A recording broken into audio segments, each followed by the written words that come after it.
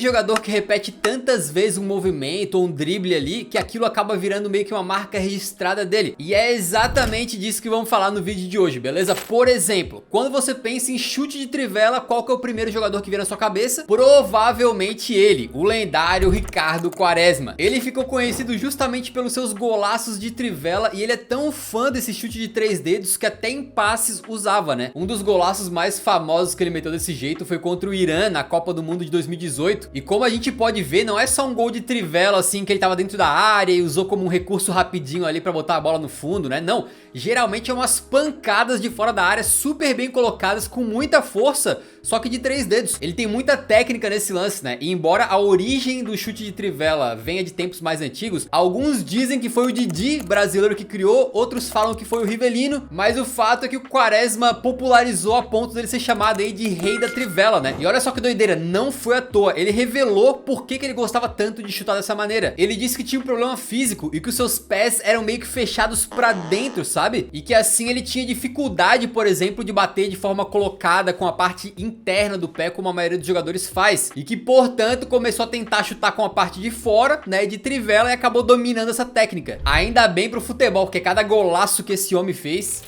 E por falar em golaço, a gente não pode esquecer das bombas de falta do Roberto Carlos. O ídolo do Real Madrid da seleção brasileira marcou mais de 30 gols em cobrança de falta na carreira, um mais lindo que o outro, mas em todas elas a gente via a mesma coisa. Geralmente o Roberto tomava distância, corria e dava um chute fortíssimo na bola, com raiva mesmo, seja de perto, de longe, na diagonal, podia deixar com a canhota do carequinha que era caixa. E quando tinha uma falta, os jogadores adversários já se preparavam, né? Montavam uma barreira bem certinha ali, porque você sabia que vinha um míssil. Mas sem dúvida nenhuma, o gol mais emblemático dele não foi nem só pela força, mas pela curva inacreditável que a bola fez. Foi num amistoso entre Brasil e França, quando numa falta de 40 metros de distância, ele vem correndo e solta um chutaço inacreditável, que faz a bola fazer a curva por fora da barreira e voltar pro gol do lendário goleirão Barthez, que não pôde fazer nada além de olhar, né? Foi uma pancada tão inacreditável que até hoje as pessoas referem a esse gol como o gol que desafiou a física, né? Provavelmente esse lance aí é a melhor mistura de técnica com força na história do futebol. Do Roberto Carlos vamos para outro ídolo do Real Madrid, o Cristiano Ronaldo. E ele tem algumas marcas registradas, né? Uma delas é a que chamam de Ronaldo Chop, que é tipo um cortezinho de letra que ele dá para mudar de direção rápido ali, né? E geralmente usava muito para cortar para dentro. Mas talvez a marca registrada mais famosa do Cristiano seja aquela batida de falta dele, né? Muito embora nos últimos anos ele tenha ficado marcado mais por batidas de falta na barreira do que qualquer coisa, nos seus anos áureos ele marcou muitos gols com esse modelinho único de cobrança, né?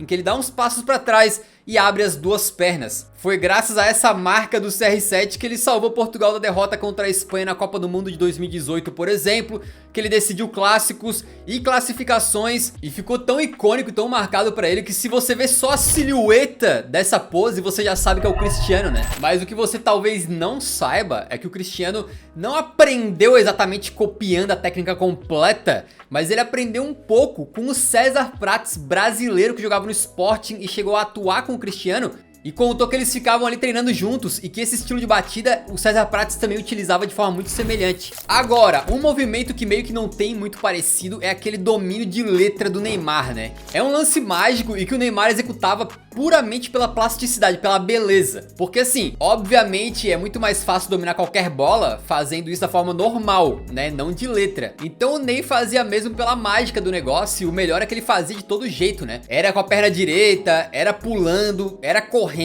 Ele fazia parecer fácil, inclusive quando a bola vinha de muito longe e ele matava de letra e já saía jogando como se fosse tranquilo, né? Pra um mero mortal, um domínio desse aí, né, que vem lá do outro lado do campo, já é difícil. Mas pro Ney ele simplesmente metia uma letra na redonda e saia jogando, é doideira, né? Por falar de ousadia e alegria de brasileiro, a gente pode chegar no Ronaldinho Gaúcho. É óbvio que ele tinha que estar aqui. Inclusive, ele meio que tem algumas marcas registradas, né? Uma das que ficou mais famosas aí com ele foi o elástico, apesar de não ter sido ele que inventou nem nada. Inclusive, já fica a dica que a gente tem outro vídeo no canal com um tema semelhante, em que a gente não fala dos jogadores em si, mas da origem desses lances, tá? Quem que foi o cara que inventou a bicicleta, quem que deu o primeiro elástico, esse tipo de coisa a gente tenta explorar lá, beleza? Vale a pena assistir. E além do elástico, outra coisa que marcou o Ronaldinho também foi aquelas faltas batidas por baixo da barreira, que traumatizou tanta gente que até hoje, mesmo não tendo saído tantos gols dessa maneira assim, é muito comum comum a gente ver barreiras se formando e um atleta se deitando atrás dela para evitar esse tipo de gol. Mas o que a gente vai focar mais aqui é no passe para um lado olhando para o outro. O Ronaldinho Gaúcho foi um dos jogadores mais habilidosos da história do futebol e certamente esse lance marcou muito ele, né? Ele olhava para um lado e tocava a bola para o outro, confundindo completamente a marcação adversária, além de tirar uma onda ali, né? Porque é um negócio também muito estranho, muito esquisito e muito belo. Tem jogador que nem olhando para frente perfeitamente com a visão clara consegue fazer um passe bom, o Ronaldinho virava o rosto e caprichava ainda na assistência. E é um lance realmente difícil de fazer, né? Tanto é que tem outros jogadores aí, até brasileiros, que tentaram e não deu muito certo. Falando de um dos melhores da história, a gente faz a ponte de Barcelona para Real Madrid para tocar no assunto Zinedine Zidane. O Zidane era um maestro dentro de campo, jogava com muita classe, né? Mas uma coisa que ficou muito marca registrada dele na carreira assim, foi aquele giro que ele dava com a bola, né? Meio que suspendendo no ar. Era muito frequente nos jogos do francês que em algum momento ele tocaria a bola com a sola dos pés, girando com ela e ficando de costas para a marcação adversária, como se fosse um peão girando ali 360 graus quase, né? Um lance muito diferente para sair da frente de um adversário e que ficou conhecido como Zidane Roulette, ou tipo roleta do Zidane, ou também Marseille Turn, que seria tipo giro de Marsella, o que faz referência ali à cidade de nascimento do Zizou, né? Aparentemente não foi ele que inventou isso aí, mas certamente é mais um daqueles casos em que ele popularizou, porque a gente pensa nesse giro, a gente pensa no Zidane. E um dos mais famosos, né, foi justamente quando ele fez isso contra a seleção brasileira naquele fatídico Brasil e França de 2006 na Copa do Mundo, em que o Zidane deitou e rolou e meteu esse drible aí também, né? Falando de giro, a gente também tem que mencionar bem rapidamente, né, aquilo que ficou conhecido como Cruyff Turn, ou giro do Cruyff, um movimento que foi popularizado na Copa do Mundo de 1974. O Cruyff meio que finge que vai passar ou chutar, mas usa aquela perna para trazer a bola para trás do corpo dele, enganando completamente o adversário, né? E o Cruyff chegou a explicar esse lance e disse que ele nunca treinou, que foi algo que ele fez no instinto, ali no improviso naquele jogo. E foi tão marcante na época que até hoje é muito conhecido, né, esse giro do Cruyff, é muito falado, comentado, porém essa marca meio patenteada deles, digamos assim, acabou que não foi muito repetida. Pra ser bem sincero, a gente não conseguiu encontrar outro momento aqui do Cruyff em que ele usou esse giro, né? Mas de qualquer maneira ficou marcado, leva o nome dele. E não é muito comum a gente ver isso hoje em dia, né? Mas, por exemplo, em 2016 na Eurocopa, o Robson Canu de Gales fez algo parecido que resultou num gol que foi até indicado ao Puskás daquele ano. E de holandês para holandês a gente sai do Cruyff para falar do Robben, o homem que era conhecido por sempre cortar para dentro. Era praticamente impossível ver um jogo do Arjen Robben sem que ele fizesse essa jogada, né? Cortando para a esquerda e chutando pro gol, seja forte ou colocado, e com aquele detalhe que era falado em todas as transmissões, mas era verdade, de que assim, todo defensor sabia que o Robben ia cortar para a esquerda e mesmo assim era muito difícil defender. Ele dominava, vinha daquele jeitinho dele, tu sabia que ele ia puxar para canhota, os caras não conseguiam parar mesmo assim. Certa vez o Bayern de Munique fez uma lista, né? Os 10 melhores gols do Robben. E adivinha, dos 10 melhores, 5 eram com esse mesmo tipo de jogada. É tão maluco que mesmo aposentado, o Robben foi convidado por uma emissora holandesa a explicar como é que ele fazia, né, esse lance aí. E mesmo ali sem jogar já há um tempo, usando roupa social e descalço, ele tirou do marcador e mandou no cantinho exatamente como manda o manual. E a gente sabe que a canhota dele era muito boa, né? Enquanto a perna direita nem tanto, a ponto dele mesmo brincar sobre isso. Perguntaram se ele tinha, né, a perna direita e ele respondeu: Does Arjen Robben even have a right foot? I've got one, but just to stand on.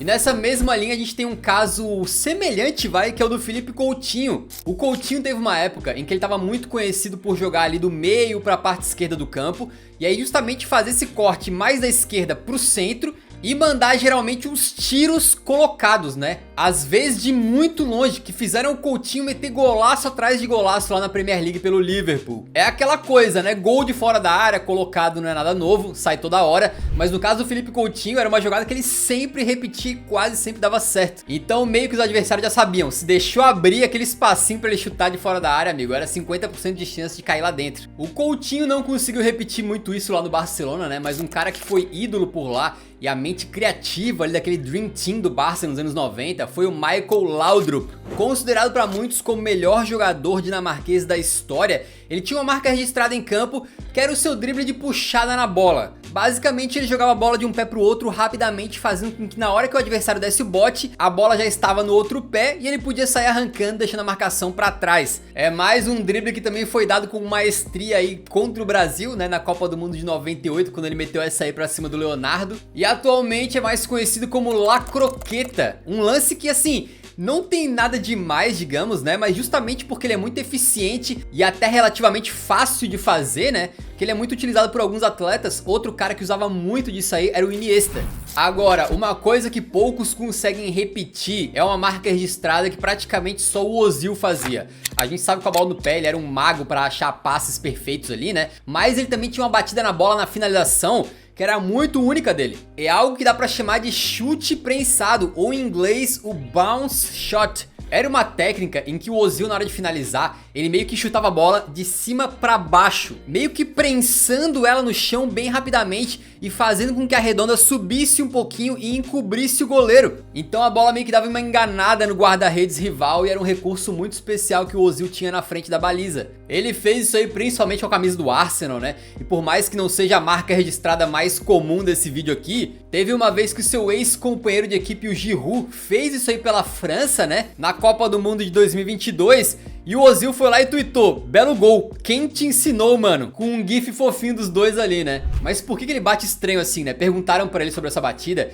e ele disse o seguinte: se tu mandar a bola de cavadinha na frente do goleiro, a bola muitas vezes perde um pouco da velocidade. Na hora de fazer o arco, ela vai meio lenta. E isso pode dar oportunidade para um zagueiro que tá voltando correndo igual um maluco tirar a bola em cima da linha. Só que quando ele dá esse chute prensado, o efeito é praticamente igual ao da cavadinha, no sentido de que a bola passa por cima do goleiro, só que ela vai com mais força e mais velocidade. Então pra ele é uma garantia maior de que a bola vai entrar, sacou? De um ex-meia do Arsenal, a gente vai falar agora de um ex-meia do Tottenham, o Dele Alli, que no seu auge jogou muita bola e tinha uma coisa que ele adorava fazer em campo, que era dar caneta nos outros. Obviamente não foi ele que inventou a caneta, né, ou o rolinho, mas ele virou mestre nisso aí, porque na hora de passar a bola por baixo das pernas dos adversários, ele era muito eficiente e fazia tantas vezes que o livro dos recordes, né, o Guinness, foi lá no CT do Tottenham e desafiou o Dele Alli a quebrar um recorde de mais canetas dadas num jogador em 30 segundos. Ele conseguiu quebrar o recorde, ainda que de uma forma esquisita, né, ficou um cara parado ali com as pernas abertas como se fosse o Cristiano cobrando falta. Aí fica mais fácil, né? Eu queria ver ele quebrar esse recorde, sei lá, com o Pepe fungando no cangote dele marcando. Mas é aquela coisa, isso aí meio que se tornou marca registrada dele, porque cada jogo do Tottenham já ficava esperando o momento que ele ia dar uma esbagaçada no adversário, metendo um rolinho humilhante desse aí, né? Eu sou o Pedro Silveira, você tá no Eurofute, e se chegou até aqui, deixa o like antes de sair, que ajuda muito o nosso trabalho.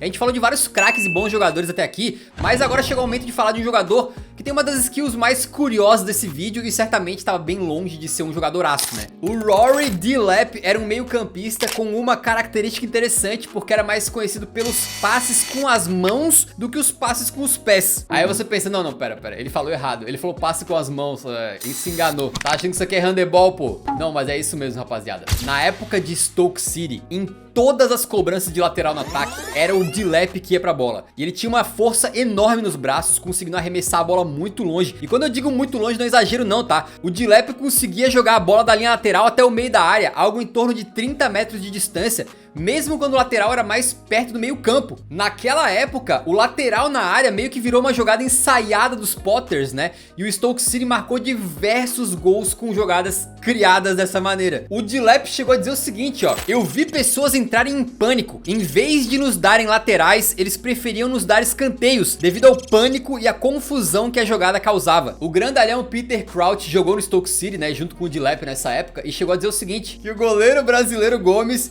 chegou a se emocionar e soltar uma lágrima num jogo contra o Stoke por causa do bombardeio de laterais na área que os caras estavam mandando. Olha, as chances do Crouch ter exagerado só um pouquinho, né, nessa contação de história aí são grandes, mas de fato essa jogada era tão caótica que ali no final do ano de 2008, num espaço ali de mais ou menos 3 meses, o Stoke City marcou simplesmente 7 gols com o lateral do Delap na área. Uma das principais vítimas do Stoke foi o Arsenal, que era treinado pelo Wenger, e diz a lenda que na época o Wenger queria acabar com os laterais, de tão traumatizado que ele ficou. Imagina tu tomar tanto gol de lateral na área que tu quer que o lateral acabe, cara. Ó, não é à toa que o Wenger foi trabalhar lá na FIFA pra tentar mudar as regras do futebol, não, tá? Mesmo aposentado, o Delap foi desafiado por cientistas a acertar um arremesso lateral numa cesta de basquete a 40 metros de distância. E ele meteu um lateral tão forte que a bola saiu da estratosfera.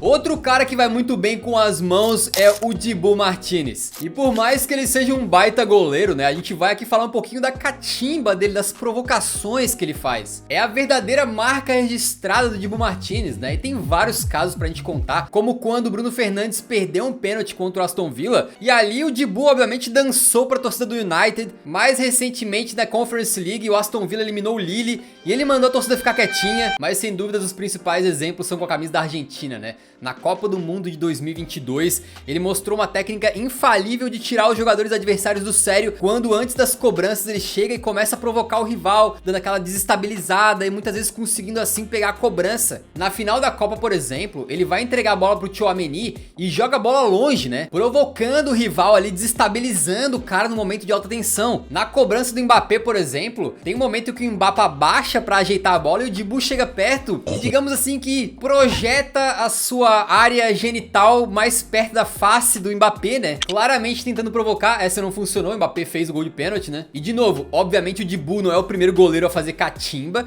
mas ele meio que vem assim explorando muito dessa técnica, digamos assim, nos últimos anos, a ponto de criarem uma espécie de lei anti-Dibu que proíbe o goleiro de distrair de forma acentuada o batedor adversário e proíbe o goleiro de tocar nas traves e na rede antes de uma batida de pênalti. E um goleiro mais antigo que também marcou o mundo do futebol com a marca registrada foi o colombiano René Higuita. Ele inventou a famosa defesa escorpião, que é um ato completamente maluco que coloca o seu time em risco, mas que chamou a atenção do mundo inteirinho lá em 95, num amistoso no antigo Wembley, entre Inglaterra e Colômbia, em que o Jamie Redknapp chuta a bola pro gol e ele defende sem as mãos, pulando pra frente, jogando as pernas pro alto e espalmando com a sola da chuteira a pelota. Coisa de louco, mas de fato o apelido dele era El Loco Higuita. Ele repetiu esse lance aí algumas outras vezes, né? Mas eu fico esperando de que no futebol moderno alguém tenha culhões pra fazer algo semelhante. E se o Higuita inventou a defesa escorpião, que tal o Nainggolan, que teve como marca registrada o desarme escorpião? Principalmente no auge dele na Roma, né? O Nainggolan tinha essa forma muito única e muito característica de desarmar, em que ao invés de vir de frente ou de lado num carrinho normal, ele meio que vinha de trás ou de lado e dava um carrinho empurrando a bola e travando ela com o calcanhar, fazendo com que ela fosse na direção oposta do jogador adversário e propiciando que o Nainggolan não só desarmasse, como já saísse jogando. Isso aí ficou conhecido como Nainggolan Tackle, ou desarme Nainggolan. E era impressionante que ele era um cara muito firme na marcação, mas muitas vezes ele fazia esse desarme aí 100% limpo na bola, sem cometer falta. Me parece até hoje um recurso mal utilizado, né? Eu não vejo ninguém no futebol atual fazendo isso aí, mesmo sendo uma forma de desarmar muito interessante agora. Vocês vão me desculpar, mas só não é mais impressionante que o desarme Victor Ferraz.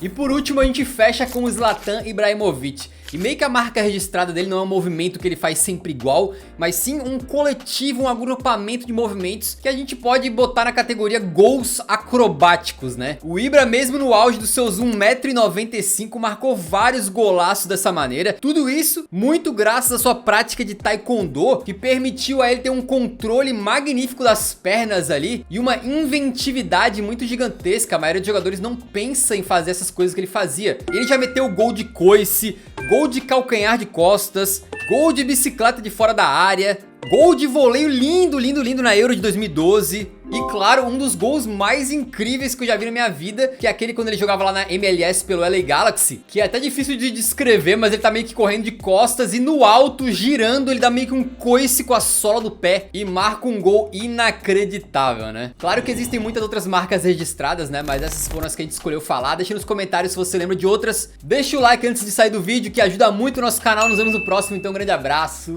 Falou!